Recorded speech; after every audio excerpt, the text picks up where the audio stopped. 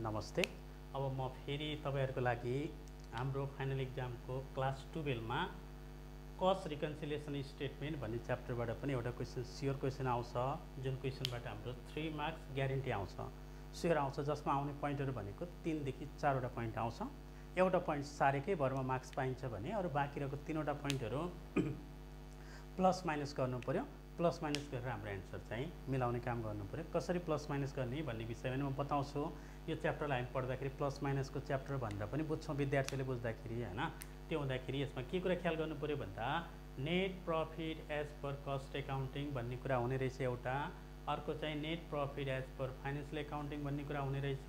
यसैगरी नेट प्रॉफिटको सट्टामा net loss as per cost accounting, net loss as per financial accounting भनेर चाहिँ क्वेशनमा यो 4 वटा मध्येबाट एउटा कुरा गिभन हुन्छ भने अर्को कुरा हामी चाहिँ फाइन्ड आउट गर्छौं।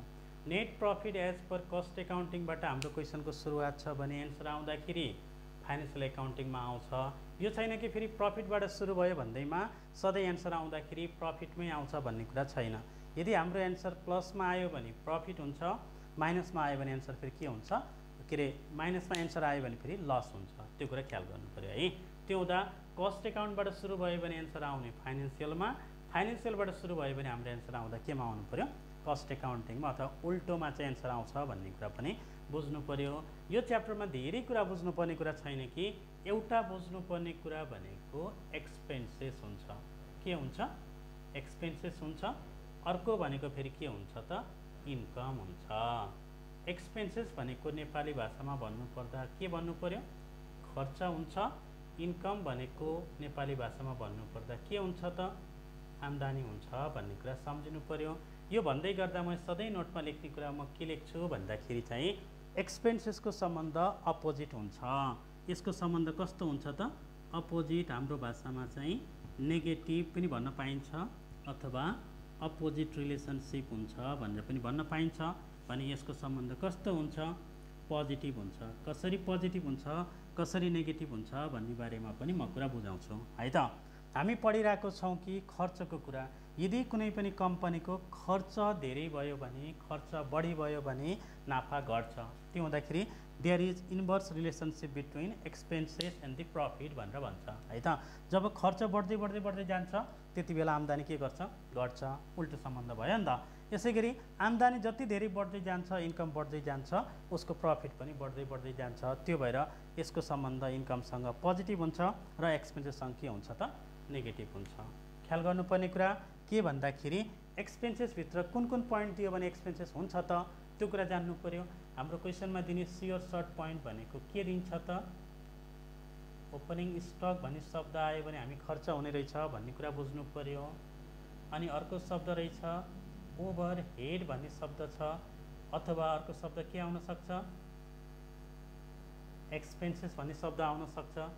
अर्को शब्द के आउन सक्छ त, PAID, पेड भन्यो भने पनि खर्च रहेछ भन्ने कुरा बुझ्नु पर्यो हैन।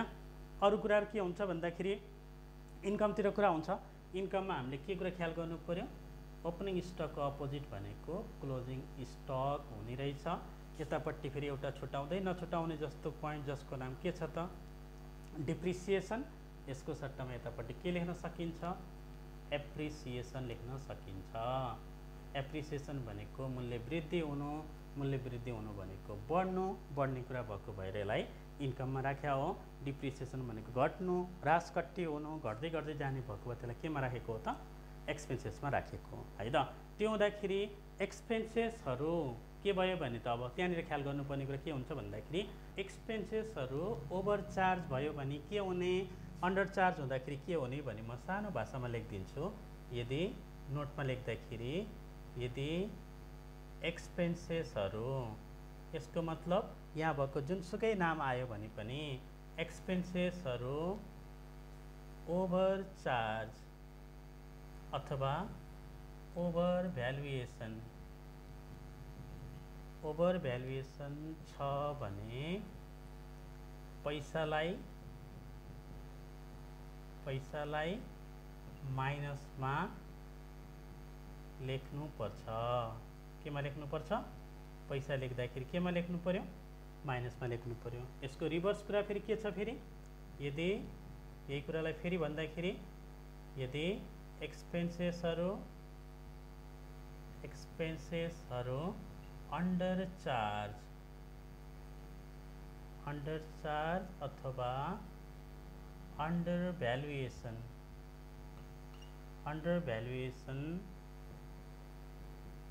भनेको छ भने पैसालाई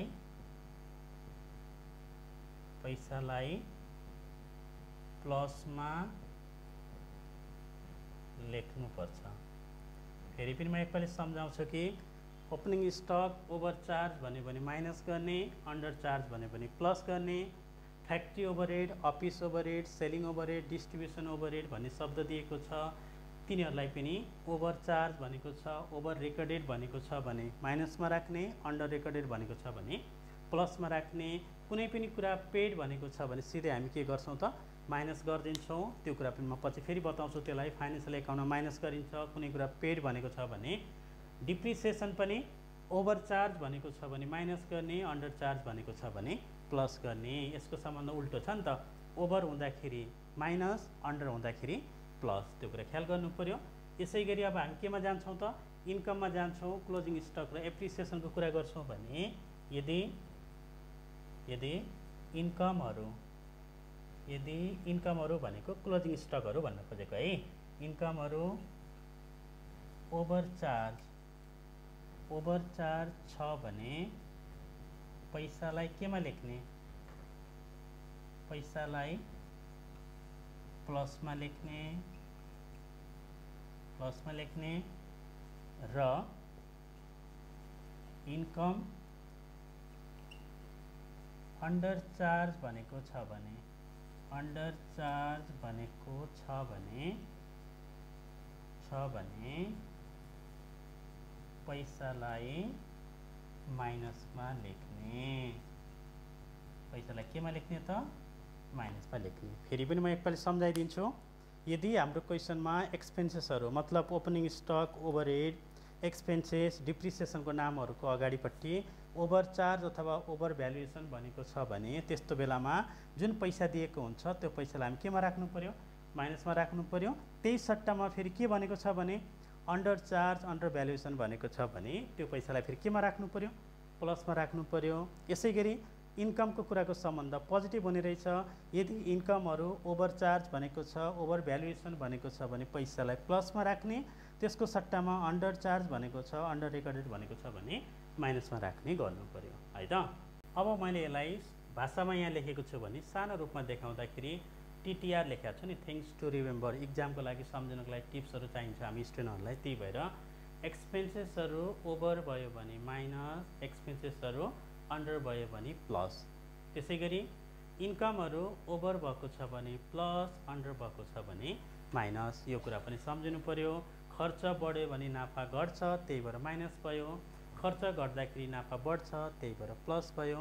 यसै गरी आम्दानीहरू बढ्दाखेरि प्लस हुन्छ, धेरै बढ्यो भने धेरै नाफा हुन्छ, त्यो भएर प्लसमा भयो। आम्दानीहरू घट्यो भने नाफा घट्छ, त्यो भएर के भयो त माइनस भयो। यो भन्दै गर्दा म के कुरा पनि भन्छु भन्दाखेरि कुनै पोइन्टहरू जसले फाइनेन्सियल एकाउन्टिङलाई मात्रै प्रभाव पार्छ त्यो पोइन्ट देख्यो भने सिधै फाइनेन्सियल एकाउन्ट एफएमा गएर प्लस अथवा माइनस गर्ने भन्ने कुरा यहाँ लेखिदिन्छु। त्यो कुरा पनि इक्जामको लागि एकदमै केयर गर्नु पर्यो।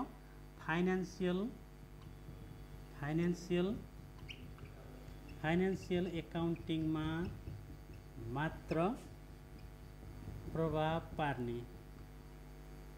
पार्ने पोइन्टहरू है त, जस अन्तर्गत के पर्छ भन्दाखेरि loss on sale of fixed assets, interest on debenture, tax paid, provision for tax, कुनै पनि प्रकारको write off goodwill, WRITEOFF goodwill write off. यसै गरी इन्ट्रेस्ट अन लोनको कुरा पनि आइसक्यो, ट्याक्स पेडको कुरा पनि आइसक्यो, loss on sale of fixed एसेटको कुरा पनि आइसकेको छ भने यिनी कुराहरू प्लस अर्को शब्द हुन्छ पेड अथवा प्रोभाइडेड भन्ने शब्द आएको छ। अथवा डेबिटेड भन्ने शब्द आएको छ भने सिधै डाइरेक्ट भनौँ न, अझै के भनौँ त, डाइरेक्ट एफएमा के गर्ने, माइनस गर्ने, ढुक्क भएर माइनस गर्नु। यसको जिम्मा चाहिँ म लिन सक्छु, यो बाहेक अरू केही पनि नगर्नु है। यो पोइन्ट देख्यो भने सिधै एफएमा माइनस गर्नु, एफएमा माइनस गर्यो भने सिएमा सिधै के हुन्छ त, प्लस हुन्छ। यो पोइन्टहरू म थोरै मेटाएँ यतापट्टि भाषागत हिसाबको कुराहरू है त। अब म अरू कुरा पनि भन्छु, म जस्तो यसले सिधै माइनस गर्ने छ भने म प्लस गर्ने पोइन्ट पनि बताउँदैछु। जसभित्र के पर्छ भन्दाखेरि profit on sale of fix assets भन्ने पोइन्ट आयो भने यसले सिधै एफएमा के गर्छ, प्लस बनाउँछ। अर्को पोइन्ट हुनसक्छ, प्रफिटलाई अर्को भाषामा के भन्न सक्छ, gain on sale of plant हुनसक्छ। अर्को भाषामा पेड भए जस्तै के हुनसक्छ त, रिसिभ्ड हुनसक्छ। यस्तै गरी अर्को भाषामा के हुनसक्छ त, क्रेडिटेड हुनसक्छ। अर्को भाषामा के हुनसक्छ त, कलेक्सन हुनसक्छ।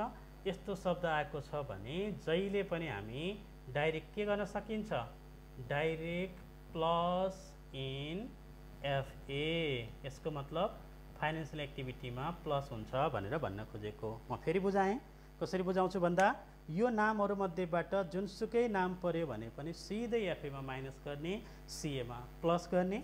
र profit on sale of fix assets, gain on sale of fix assets, रिसिभको कुरा, कलेक्सनको कुरा, क्रेडिटको कुरा गरेको छ भने यस्तो अवस्थामा जहिले पनि एफएमा सिधै गएर के गर्दा हुन्छ, प्लस गर्दा हुन्छ। त्यो चाहिँ मेरो ग्यारेन्टी भयो। यो चाहिँ यसमा प्लस गर्नुभयो भने केही पनि बिग्रिँदैन र यसमा माइनस गर्नुभयो भने त्यहाँ पनि केही बिग्रिँदैन है त। त्यो हुँदाखेरि यो सल्युसनको आधारमा हामीले क्वेसनहरू सल्भ गर्दै गर्दै गयौँ भने हाम्रो सल्युसन मिल्ने कुरा चाहिँ के हुन्छ, राम्रो हुन्छ, हाम्रो सल्युसन मिल्छ। यति भन्दै यो बारेमा टिप्सहरू दिँदै म आजको यो क्लासबाट बिदा हुन चाहन्छु। केही समस्याहरू छ, केही नबुझेको कुराहरू छ भने आफ्नो कमेन्ट बक्समा गएर केही कमेन्टहरू लेख्न सक्नुहुनेछ। कन्फ्युजन भएको कुराहरू म फेरि पनि के गर्छु त, क्लियरिफाई गरिदिन्छु है त। धन्यवाद।